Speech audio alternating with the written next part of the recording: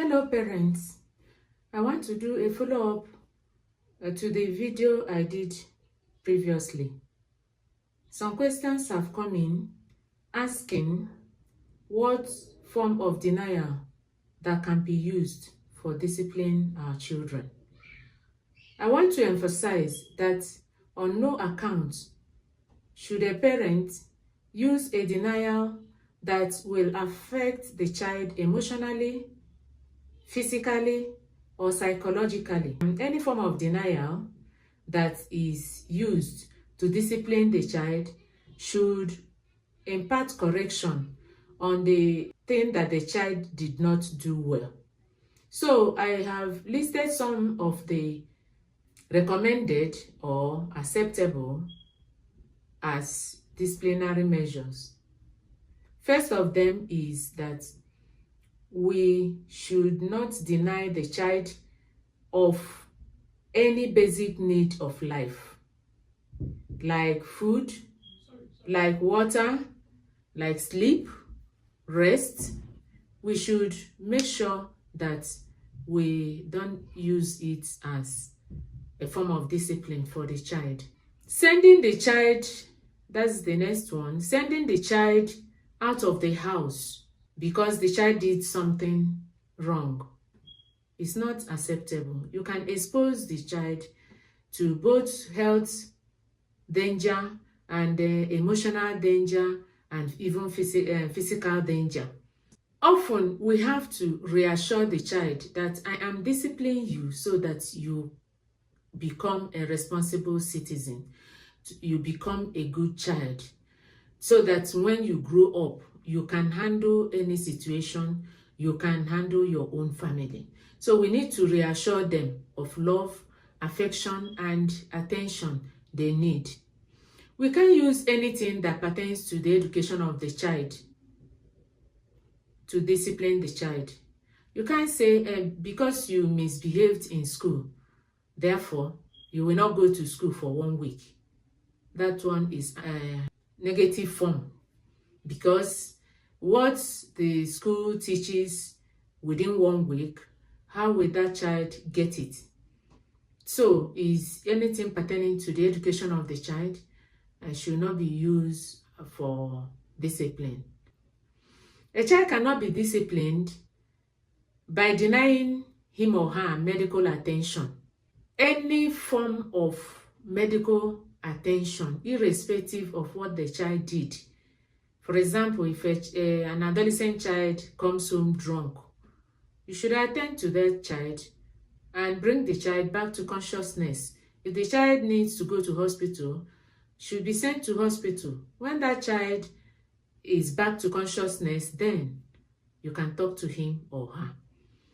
We can use things that pertain to hygiene to discipline a child, like denying a girl child, an adolescent girl child, money for sanitary towel, or providing the because probably she wasted the one before, or saying you will not have the toothpaste or toothbrush to brush. Things that pertain to hygiene is not part of what we can deny a child in order to discipline the child.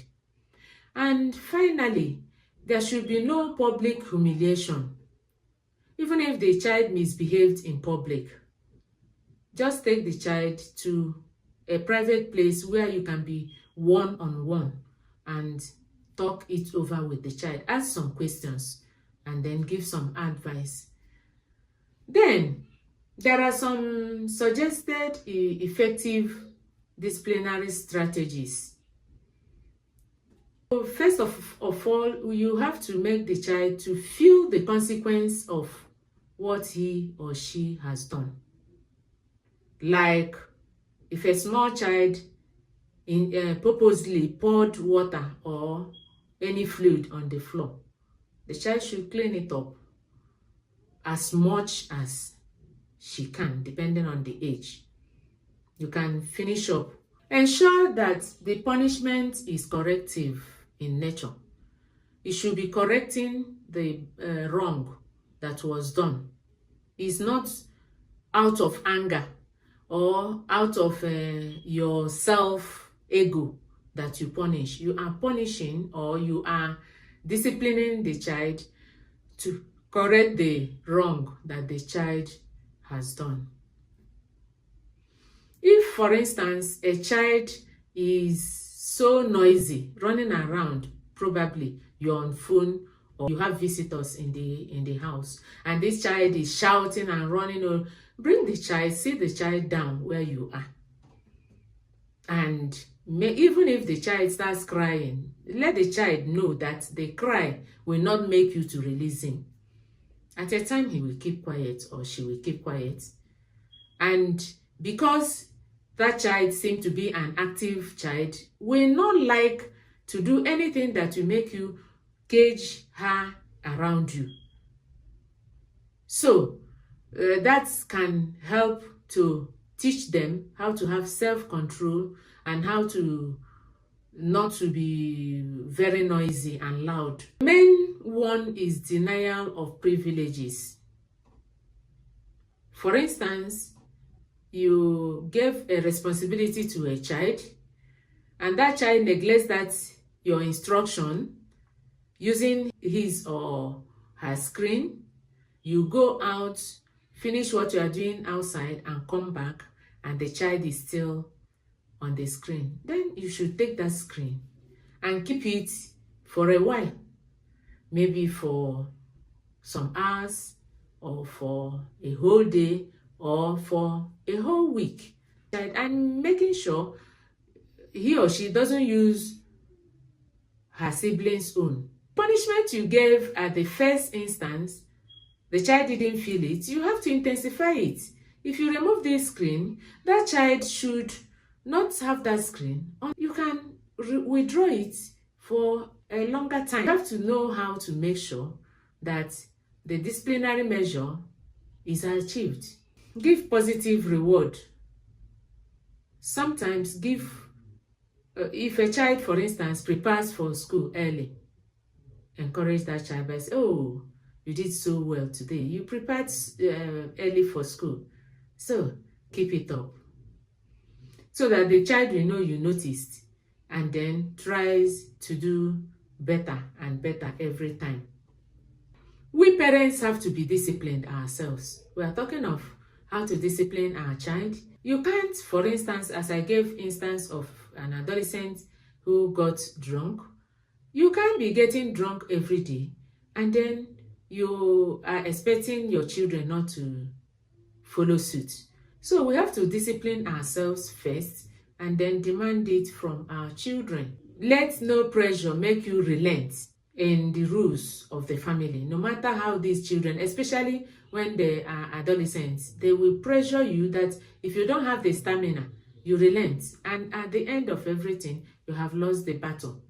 So stand firm on what is obtainable in your family and what is not acceptable.